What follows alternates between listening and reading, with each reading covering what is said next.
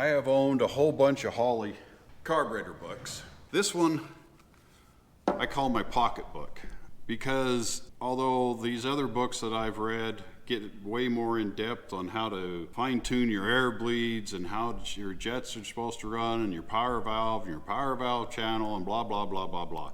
This is your basic carburetor circuit.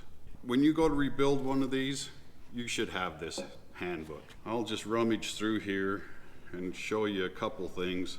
I mean, it just goes through and really basically shows you how the fuel system works, how the fuel gets drawn through the carburetor, simplistically how it's run. This book has all that kind of information for you.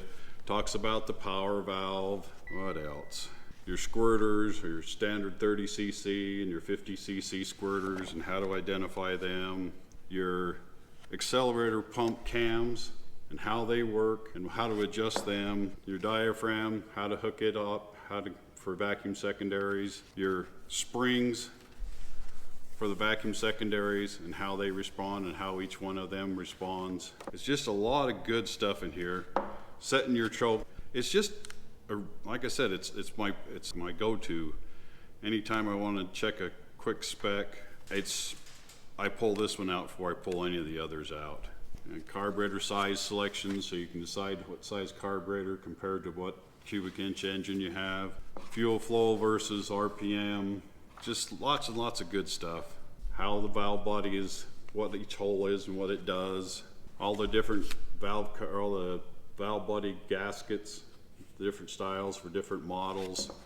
You know, you can come here and do a quick reference. The one for your vacuum secondary, like on this carburetor.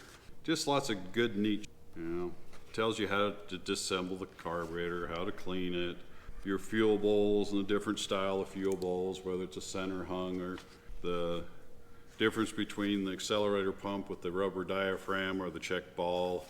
Just lots of good information.